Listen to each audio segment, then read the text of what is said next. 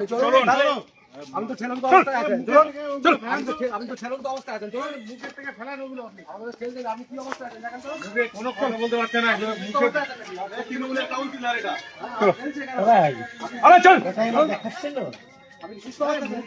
আপনি কি করছিলেন নিয়ে মেয়েদের নিয়ে?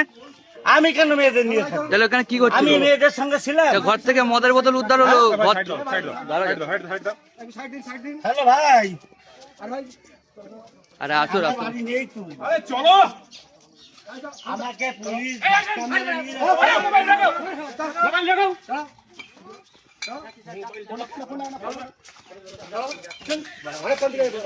স্যার আমি যাচ্ছি, আমি যাচ্ছি।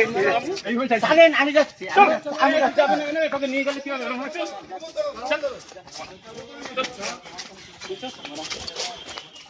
ভালো হবে কি টাকা ছিল না ভালো কাজ করছিল ওখানে ভাই আমি জানতাম তুমি কিছু জানো না।